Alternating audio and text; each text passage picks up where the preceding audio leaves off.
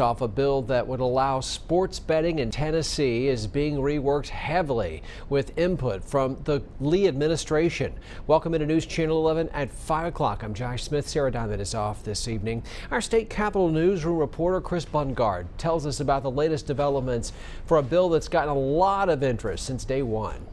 It was scheduled as the first discussion of the sports betting bill up here today, but that will have to wait at least a week. So we're looking at what type of vehicle would we use to manage sports betting. That means a series of amendments are being prepared for a bill that would still legalize sports betting in Tennessee. But how big, what kind of way it's done, and how much tax might be charged on wagers are some of what's being reevaluated. Representative Rick Staples of Knoxville filed the original measure as House Bill number 1 in an effort to keep sports bettors from flocking across borders to neighboring states. We're trying to capture dollars instead of dollars leaving the state of Tennessee.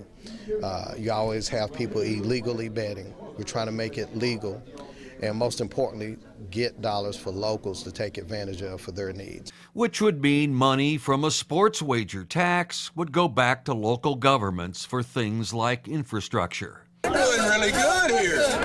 They get the hang of it. Governor Bill Lee, who won a woodcutting contest as part of Ag Day on Tennessee's Capitol Hill, was wary of sports betting on the campaign trail, but his administration is talking with sports betting supporters on ways to improve the legislation.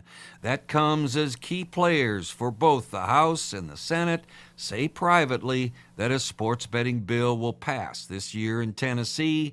The form, though, is far from certain. Reporting from the state capitol, Chris Bungard. Tennessee Governor Bill Lee will be in our region Friday. Officials with the governor's office said that he will visit the Appalachian Fairgrounds in Gray for the Washington County Agriculture and Business Appreciation Dinner. A big visit coming up Friday night.